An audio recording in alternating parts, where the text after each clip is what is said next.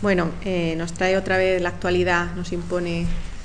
que tenemos que analizar, en este caso las relaciones, malas relaciones que hay entre el consistorio y el cuerpo de policía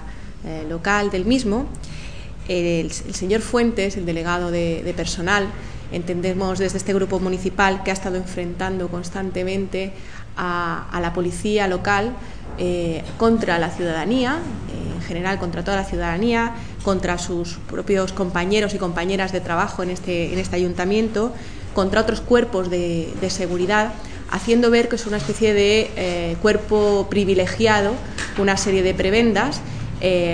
hablando de sueldos siempre al alta y además hablando de sueldos brutos, lo cual es bastante engañoso. Y queremos dejar claro que la policía local, además de ser fundamental para la mejor convivencia ciudadana, pues no está mejor tratado ni peor tratado, está justamente tratado, entendemos desde este grupo municipal. Queremos resaltar que un policía raso cobra alrededor de 1.600 euros netos al mes, y aunque evidentemente no es un sueldo desdeñable, pero no tenemos que olvidar que en comparación con sus compañeras y compañeros de este consistorio suelen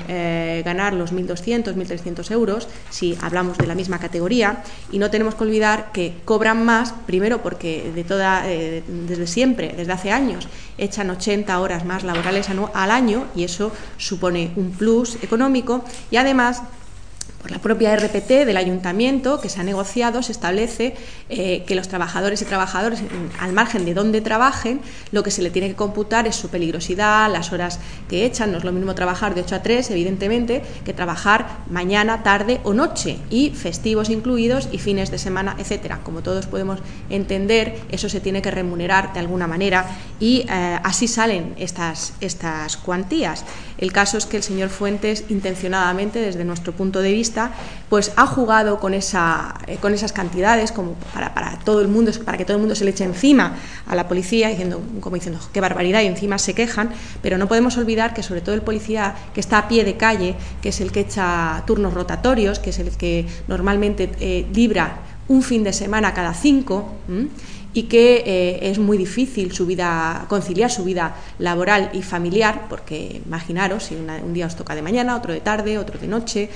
rara vez os toca un fin de semana, muy a menudo les tocan festivos. Bien, pues la verdad es que si te pones en el pellejo de esa persona, que afortunadamente tiene trabajo a día de hoy, pero que evidentemente entendemos que tiene que tener unos derechos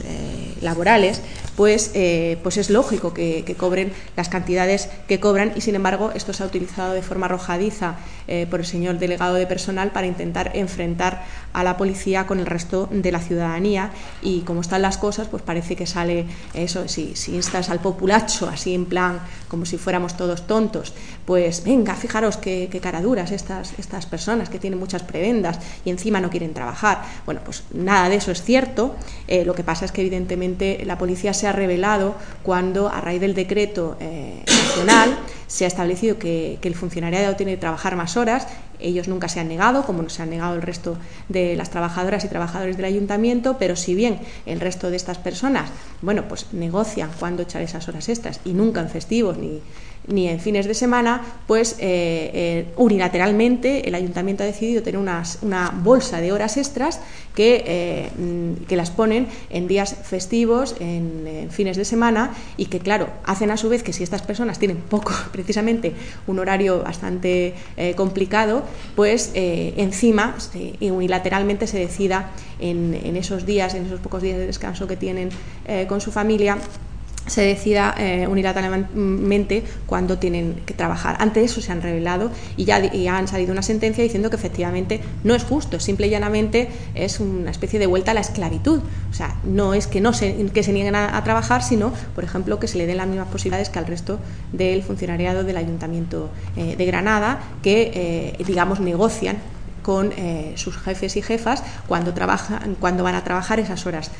de más. Bien, pues ya ha dicho un juez efectivamente que eso no puede ser, que esas horas que se les han obligado a trabajar de forma unilateral desde arriba, se les ha dicho tienes que trabajar este día sí o sí, te venga bien o no, te rompa tu tu vida familiar, porque si todos sabemos que nuestros fines de semana nos los organizamos, normalmente los que trabajamos tenemos los fines de semana libres, nos lo organizamos como nos parece, porque sabemos que están libres. Bien, pues si estas personas, los puestos que tienen, pues de repente se los cambian porque desde arriba te dicen que tienes que trabajar, pues evidentemente es complicado. Bien, nos preguntamos, todas estas horas ilegales, que evidentemente van a recurrir, que van a pedir, van a exigir que se les paguen desde el Ayuntamiento de Granada, estas horas que han tenido que venir realizando desde que el señor delegado de personal aplicó esta medida unilateral, ¿cuánto va a costar al Ayuntamiento? Le queremos preguntar por escrito cuántas horas se han llevado a cabo en estas condiciones para calcular el coste que va a suponer al Ayuntamiento de Granada. Recordamos eso de nuevo, que no se trata de que la policía no quiera trabajar, sino que no sea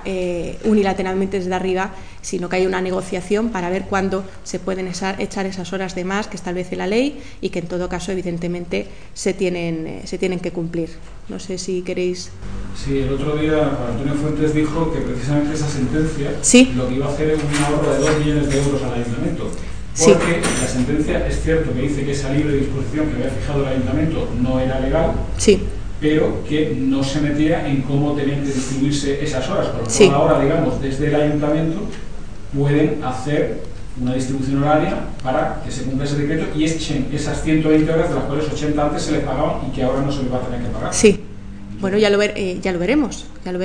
Primero... digo, el decreto dice... Sí. O sea, es decir, el decreto de las 7 horas y media obliga a todos los funcionarios a trabajar 120 horas, efectivamente. Ellos trabajaban ya 80 horas. Sí. Se hacían ellos 80, pero que además se les pagaban. Sí. Esos 180 euros que he comentado antes. Dice que ahora, es decir, la sentencia te dice, no mire usted, yo no puedo distribuir las horas como yo quiera, sino, es decir, de libre disposición, sino que ahora yo en enero hago una planificación horaria para todo el año y ustedes van a tener que trabajar. Sí, evidentemente. Ahora, desde luego suena un poco a chantaje, porque además ha dicho, a no ser que retiren, es decir, para mí eso es un chantaje puro y duro. Es decir, te perdono el no bajarte los 180 euros si puedo yo unilateralmente decidir las horas cómo las tienes que trabajar. Pues para mí eso es un chantaje, ni más ni menos.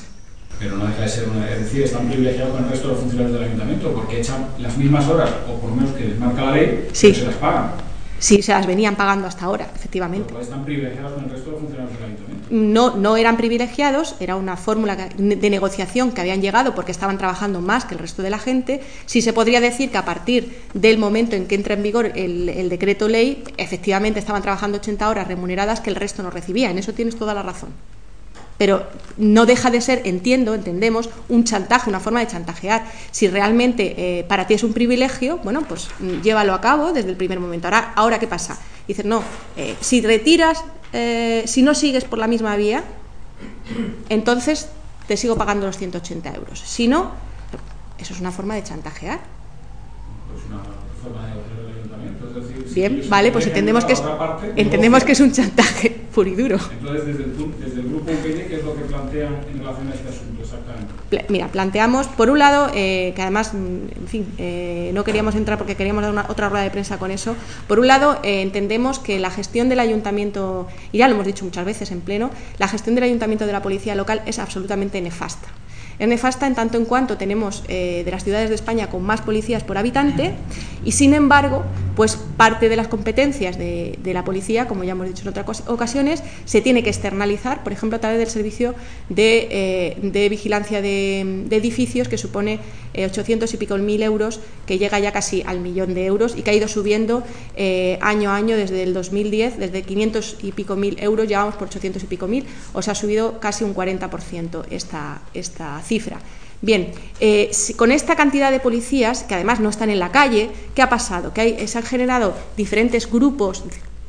de, por ejemplo, los GAP, que se llaman, estos grupos como si fueran antidisturbios.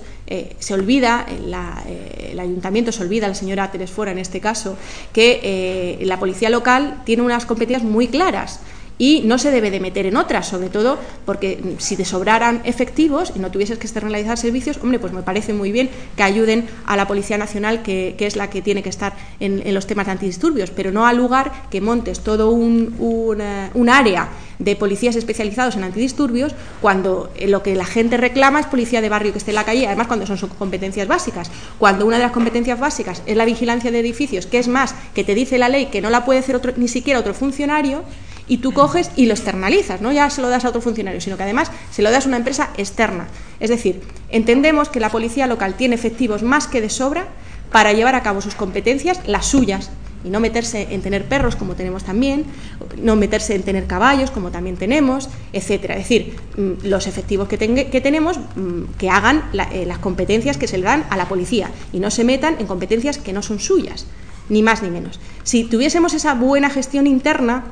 no habría ningún problema, pero es que además, desde que ha entrado la señora Telesfora y en la anterior legislatura, se ha venido rompiendo la paz social interna, porque todo policía entra sabiendo que no tiene horarios, que va a tener evidentemente que trabajar mañana, tarde y noche, porque tenemos que tener las 24 horas del día, pues esa seguridad ciudadana, pero había una lógica en ese avance de la carrera profesional, y era que entrabas, bueno, pues con aquel trabajo más duro que es el tráfico, el estar en la calle, etcétera, con diferentes tipos de horarios, pero sabías que a lo largo de tu vida laboral ibas a ir,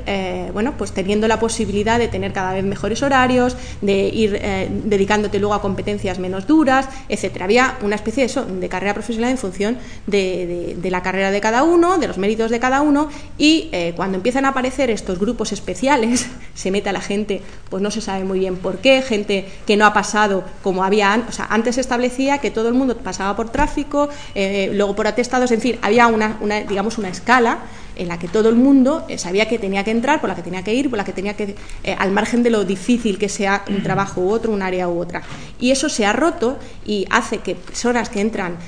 directamente en este grupo especial, por ejemplo, pues trabajen de 8 a 3, le estamos pagando un gimnasio a esta gente porque